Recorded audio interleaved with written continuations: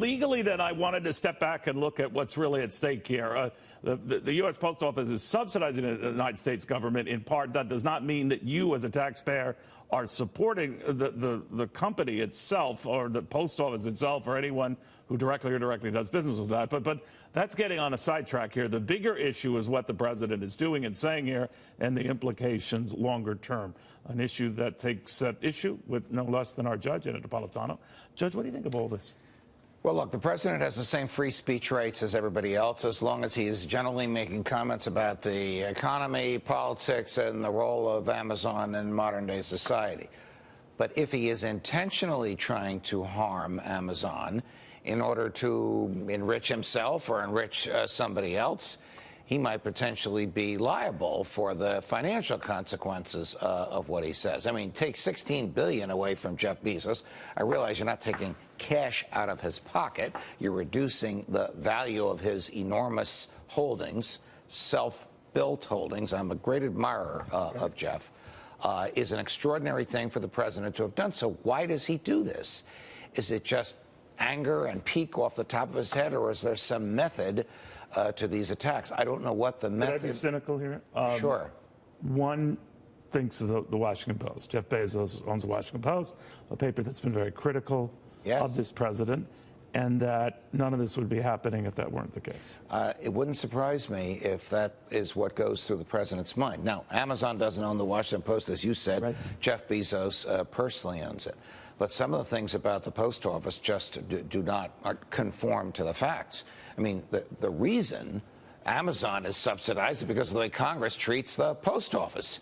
It's unlawful to compete with the post office for first-class mail. You try and deliver something across town for less than first-class mail, you've committed a felony.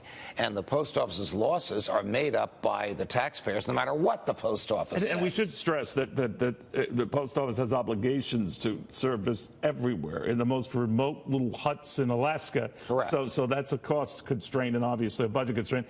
But the deal scored with Amazon, the president seems to be arguing.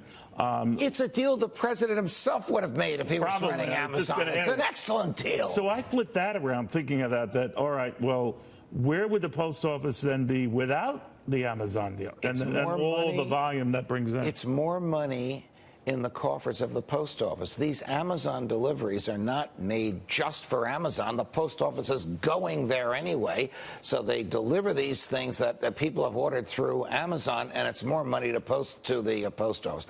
I haven't done the math. I haven't seen the numbers, but common sense tells you that whatever Amazon is paying is helping the bottom line to the And we should say, as a quasi-government agency, which is always where it's, I know the stand-up comic routines on quasi-government agencies, is that you are helping people when any private enterprise like an Amazon scores a contract deal with you to deliver packages. The question is, did Amazon get the better of the post office? Probably. It probably did. I would imagine that Amazon's negotiators, because they live in the real world where there's fear of failure and competition and the need to service customers, are better negotiators than the post office, where there's no fear of failure. There's certain areas where people can't compete with you, and your customers are guaranteed. That's a recipe for disaster. Is there a legal ground, this is silly, but you always forgive my silly questions, for Jeff Bezos to sue? If he can say, I was targeted for all the wrong reasons, political reasons,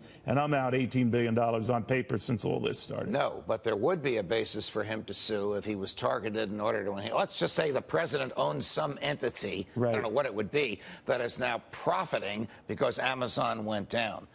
That could be a cause of action for Jeff Bezos. That would expose the president's personal assets, whatever they are, to a court. Thank you, Judge, very much.